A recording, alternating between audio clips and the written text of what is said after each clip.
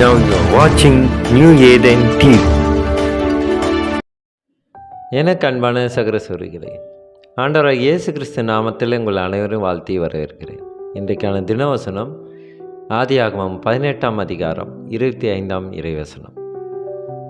துன்மார்க்கனுடைய நீதிமானையும் சங்கரிப்பது உமக்கு தூரமாய் இருப்பதாக, நீதிமானையும் துன்மார்க்கனையும் சமமாய் நடப்பிப்பது உமக்கு தூரமாயிருப்பதாக.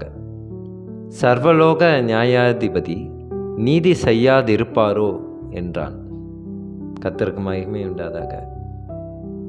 இன்றைக்கு இந்த ஜீவனுள்ள வார்த்தையிலே நாம் அதிகமாக கவனம் செலுத்த வேண்டியது என்னவென்றால், துன்மார்க்கனோடு நீதிமானை எப்படி சமமாக பார்ப்பது.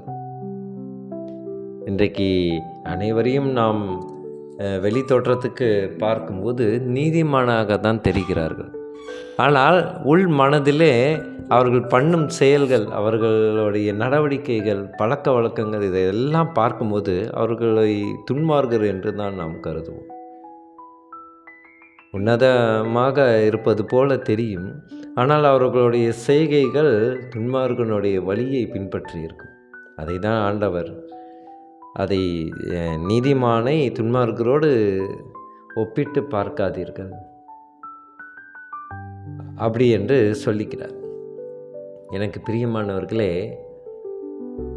ஒரு நல்ல நீதிபதி எல்லா சட்டங்களையும் ஆழமாக புரிந்து வைத்திருப்பார். சரி எது தவறு எது என்றும் அவருக்கு நன்றாக தெரியும்.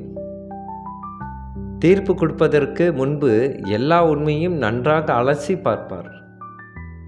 இந்த விஷயத்திலும் ஆண்டவர் தான் தலை சிறந்த நீதிபதி. அவருக்கு எல்லோருடைய செயல்களும் அவர்களுடைய கண்ணிலே, ஆண்டவருடைய கண்ணிலே வெட்ட வெளிச்சமாக காணப்படுகிறது. இதைத்தான் நாம் எபிரேயர் 4ஆம் அதிகாரம் 13ஆம் வசனத்தை நாம் வாசிப்போம். அவருடைய பார்வைக்கு மறைவான சிருஷ்டி ஒன்றுமில்லை, சகலமும் அவருடைய கண்களுக்கு முன்பாக நிர்வாணமாயும் வெளியரங்கமாய் இருக்கிறது. அவருக்கே நாம் கணக்கு ஒப்புவிக்க வேண்டும். கர்த்தருக்கு மகிமை உண்டாதாக. சகலமும் அவருடைய கண்களுக்கு முன்பாக நிர்வாணமாக இருக்குது. நிர்வாணமாயும் என்ற ஜீவனுள்ள வார்த்தை நமக்கு என்ன தெரியப்படுத்துகிறது என்றால், வெட்ட வெளிச்சமாக இருக்குது. மனிதர்களுடைய செயல்கள் மறைவாக இருப்பதில்லை. கடவுளுடைய பார்வையிலே வெட்ட வெளிச்சமாக இருக்கும், வெளியரங்கமாக இருக்கிறது என்று ஆண்டவர் சொல்லுகிறார். இன்றைக்கு மனிதர்களோ தாங்கள் பார்ப்பதையும் கேட்பதையும் வைத்து தீர்ப்பு சொல்லலாம். ஆனால் ஆண்டவரோ ஒருவருடைய பிறவி குணம், வளர்ப்பு, சூழ்நிலை, மனநிலை, உணர்ச்சிகள் போன்ற எல்லா விவரங்களையும் முழுமையாக புரிந்து வைத்திருப்பவர். ஒருவருடைய மனதில் என்ன ஓடிக்கொண்டு இருக்கிறது என்றும் கூட ஆண்டவரால் நன்றாக தெரிந்து கொள்ள முடியும்.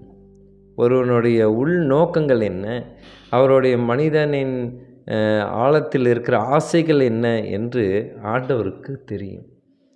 நீதிமான்கள் யார் என்றும் இதை பகுத்தறிந்து புரிந்து கொள்வதற்கு ஆண்டவரிடத்திலே ஜெபிப்போமா? ஸ்தோத்திரம் கர்த்தாவே, துதிக்கிறோம் எங்கள் அன்பு நேசரே. அப்பா, நாங்கள் மனித பிறவியாக இருந்தாலும் எங்களுக்கு எது என்று எங்களுக்கு தெரியாது ஆண்டவரே. துன்மார்க்கர் யார் என்று, நீதிமான்கள் யார் என்று எங்களுக்கு தெரியாது, ஆனால் உமக்கு தெரியும். அதனாலே நீதிமான்களை துன்மார்க்கரோடு ஒப்பிட்டு பார்க்கக்கூடாது என்ற அந்த பகுத்தறிவை நீர் எங்களுக்கு தந்துருமான ஜெபிக்கின்ற கர்த்தாவை துதிக்கிறோம். எங்கள் அன்பு சகோதர சகோதரிகளுக்கும் கூட அவர்களும் இதை நல்லா ஆராய்ந்து ஒரு நபரை தீர்மானம் செய்வது உமது கையில் இருக்கிறது ஆண்டவரே. யார் என்ன செயல்கள் செய்கிறார்கள் என்று தீவிரமாக விசாரித்து அவர்கள் நீதியின் பாதையில் இருக்கிறார்களா இல்லை துன்மார்க்கரனோட வழியில் இருக்கிறார்களா என்று நீர் வெளிப்படுத்தும். ஸ்தோத்திரம் கர்த்தாவே, துதிக்கிறோம். இயேசு மூலியமாக ஜெபிக்கிறோம் நல்ல பிதாவே. ஆமேன், ஆமேன்.